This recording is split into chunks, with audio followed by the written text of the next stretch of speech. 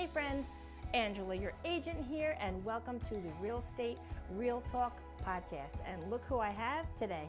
Jose Santos from Fortuna, Lighthouse, guys. Nice to meet you. Yeah, I am so pleased to have Jose here today.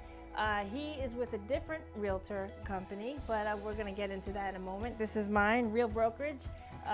Okay, but what we're doing today is we're going to combine both of our worlds. We each work for different realtor agencies, but also we both love cigars. So we figured what a better way to do real estate and cigars, right? Fantastic. Yeah, so we're going to talk about some of the industry, maybe some good stories, maybe some bad stories, so just stick around. I told Jose, you got a little industry jokes for later, maybe we'll get into that. We like to keep it light and fun and educational, so welcome and thank you for subscribing. That's how I drum. You're a drummer, right? We're drummers, yes. Oh, we were saying off camera, yeah, he's a drummer. Did I tell you last time I met you how I play music? No. Have you seen any of my cigar podcasts? I did. Because, yes. yeah, music. Yes. Okay, so maybe, I'm going to put him on the spot right now. We'll have to get Jose on again. Okay, let's go. Because we can talk real estate, cigars, and music. That's right. And you could you play the conga, I think you said. I play the congas and the bongos, yes. And the theremin. Oh, you ever heard of a theremin before? No. Oh. Wait, give us we'll put a pin in that. You tell us about that. Oh. It first came out in the 1920s by a man named Leonardo Thurman. Oh, cool. We got to check that out. Yeah. Yeah, we'll definitely get into that. But we're here to, we're going to cut and light. Yep. So I wanted to, a little birdie told me you love my father's cigars. Okay. So this is my appreciation of you coming on the pod. Thank you so much. So these are my father's cigars. Appreciate you. Yeah.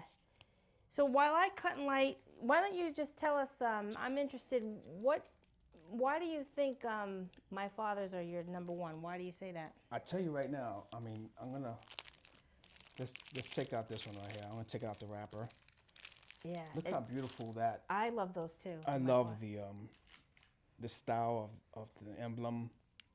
MF, reminds me of like, my dad, he was definitely the judge in my life. You know what I'm saying? So just to have this cigar with that emblem, when you smoke it down and you wear that, that's kind of like your pinky ring, Mm-hmm. It's kind of euphoric to me.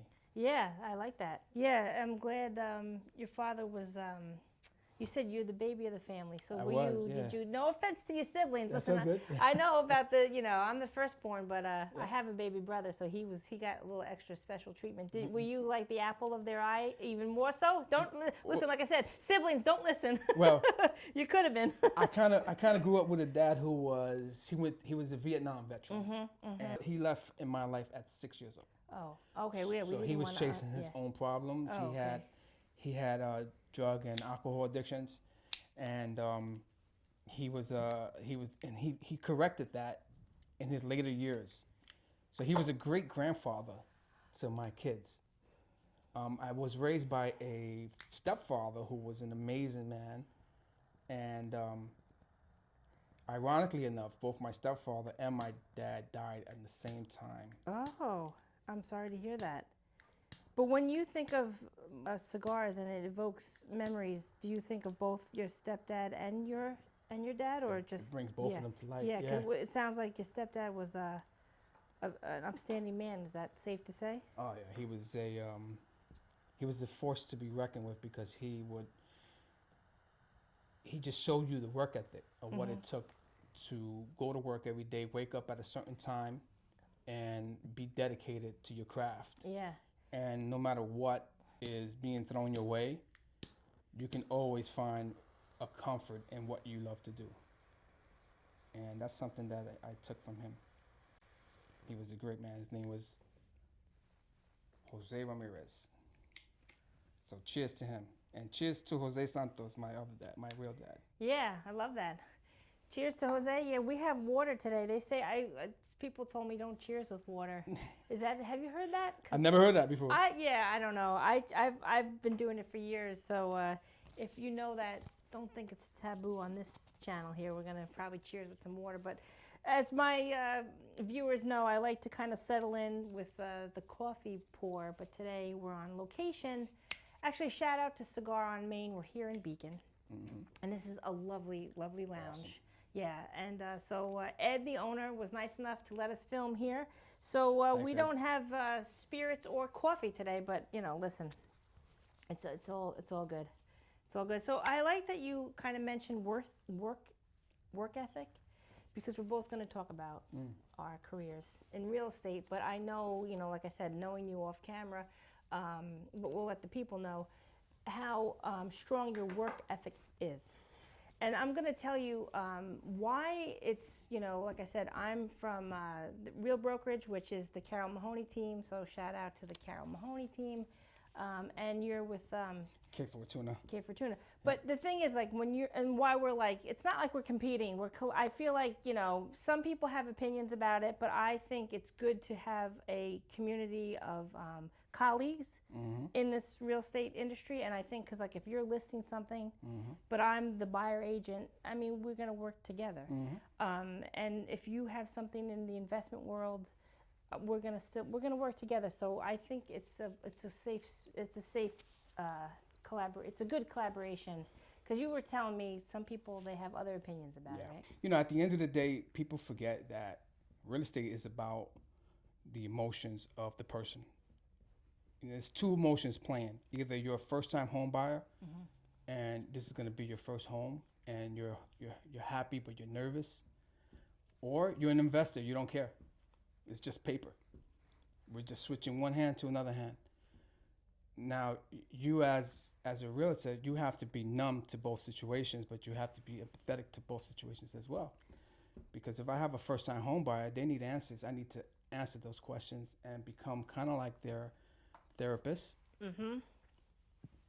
Talk them down from the tree, talk them down from the ledge. And then you deal with investors who don't care. They want people out. They want to move forward. They want to do this quick. Yeah. So those two aspects of the game kind of keeps you grounded in a level where it's never about me. So don't ever think that working with another agent is a problem, because it shouldn't be, because we're working for the client at the end of the day. At the end of the day, we are here for the client. And, I was in that situation years ago, even before my kids were born. I was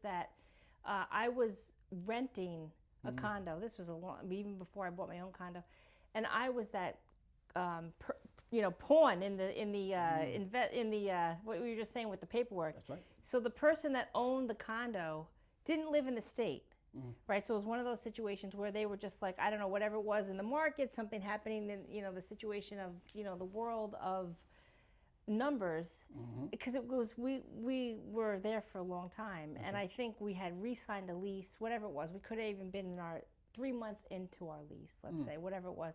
It was early on, and then all of a sudden, like, you get the call, and it's like, okay, but they want to sell it, and they also want, like, you need to be out. So it's like, wait, what?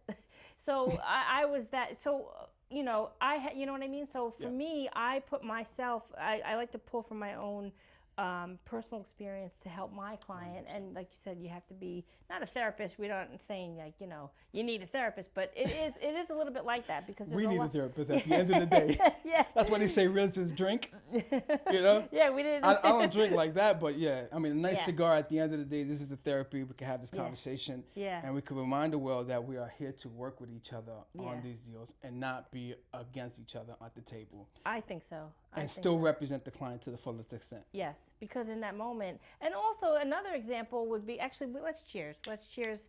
I said we were going to cheers. Listen, we're tabooing it. We're cheersing with water.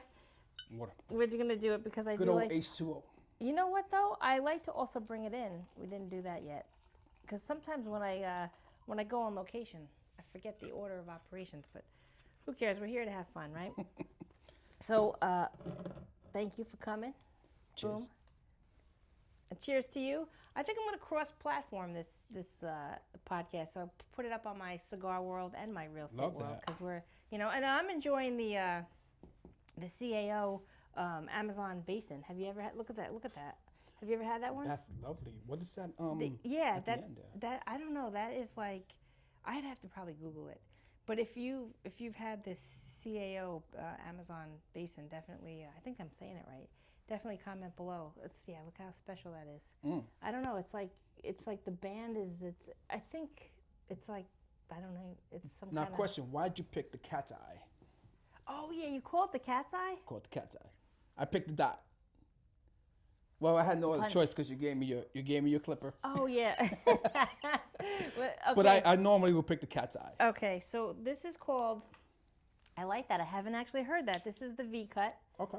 And so just the V cut. Why did I pick that? I'm going to tell you. This is a good little, listen, you want a little cigar education? Because the surface of, it's like, the straight cut is this, right? Yep. And then when you're V cutting it, you have all this, you have double the surface. That's right.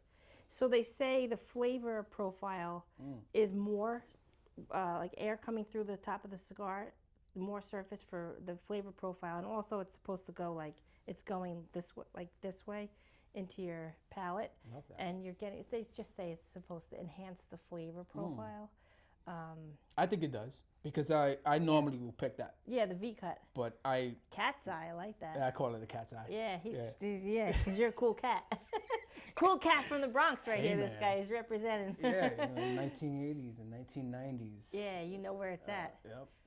We're from what Gen we call X it, we are. enchanted, from the enchanted island called the BX of the 1990s. But yeah, Gen X all day, baby. All day. Boogie down. Fortuna University, shout out to all my boys out there. You know what I'm saying? Back in the days, 190th. If they even are around still, hopefully they are in a better space in their life and they're not in that corner anymore. Because we used to do some horrible stuff in that corner. But cheers to the Bronx. What? From the Bronx to Beacon. Yeah, Beacon. That's what I say about real estate. We can sell from Brooklyn to Buffalo. So today we'll say from Bronx to Buffalo. Yeah. We cover it all. B to But, B, B to B. So you were saying you like to do the V cut. You like the Because of the flavor. Yeah. Exactly. And I mean, just to have the education that you gave me behind it makes sense because you get a better pull, you better do. draw. Yeah. You know, one of my buddies, he pulled out one of these dots last time, but then he sunk a kind of like something into it.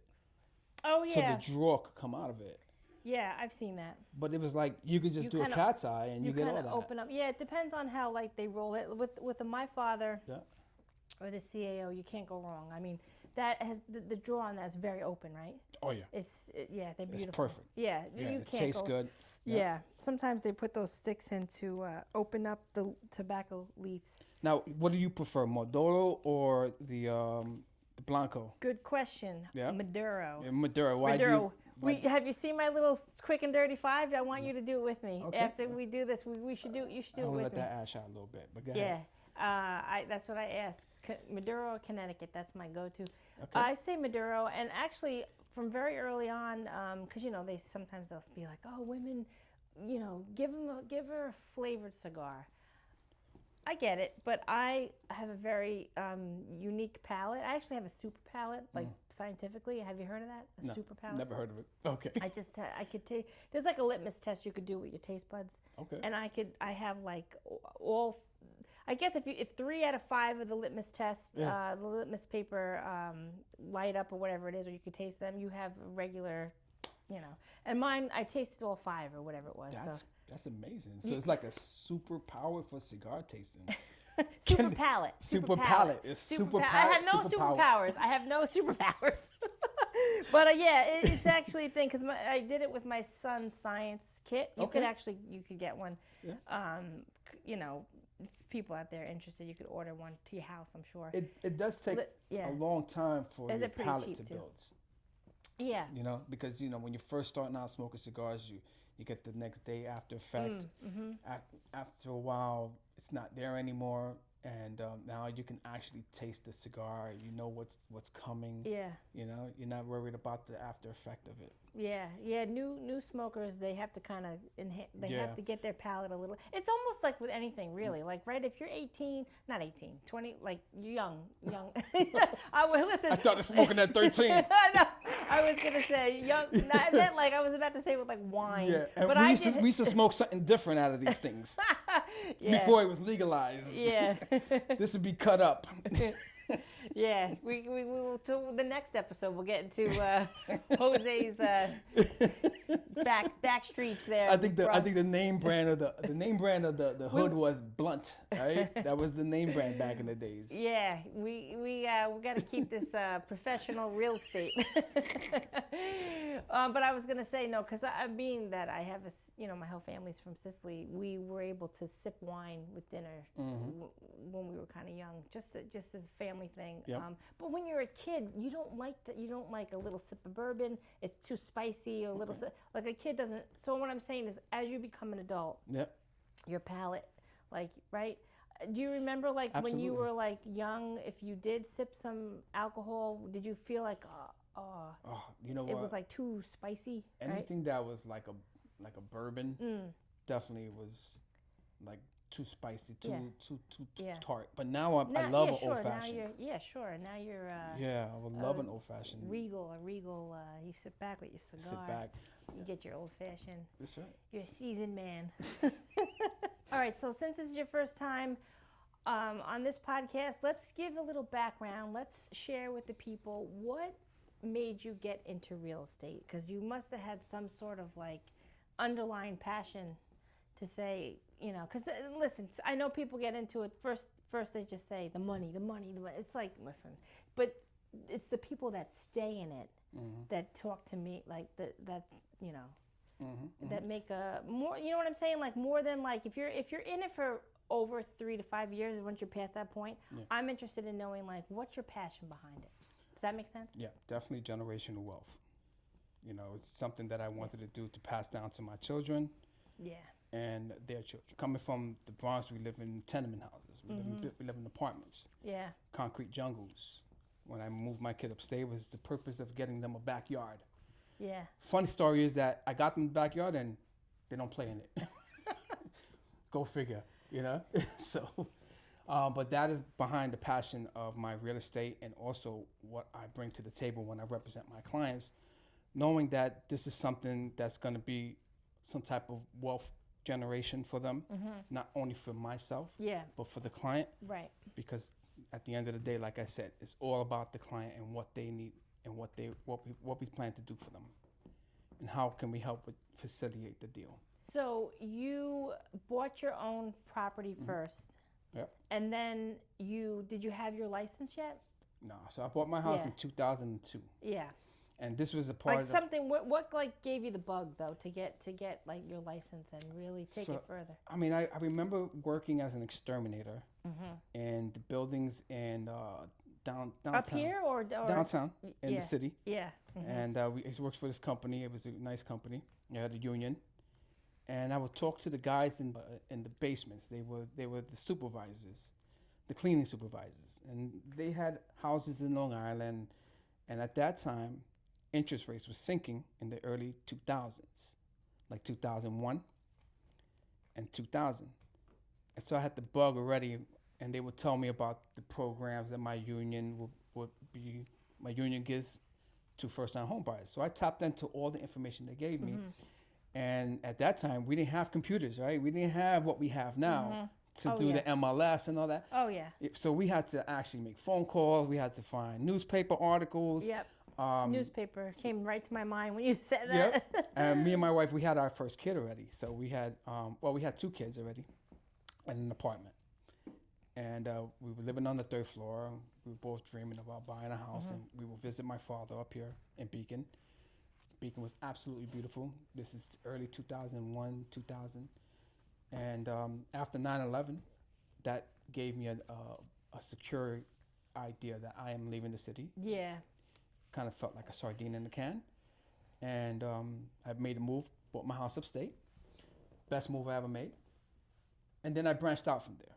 I went from exterminating to driving a gas truck and then using my 401k money to buy investment properties in Poughkeepsie. Yeah. You know, and kind of use that. It was still all before you got your license. All before I got my license. Yeah. So your passion from real estate, this is what I like to know. It stems from deep within. Like it's been there. It's family generated. That's right.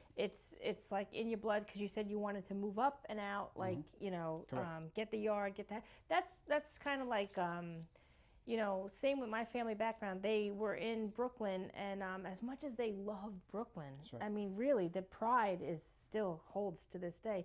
But that's exactly what my grandpa said. He said, well, we went out to Long Island because we wanted the yard and more space for the kids. You guess you have these visions That's for your right. kids.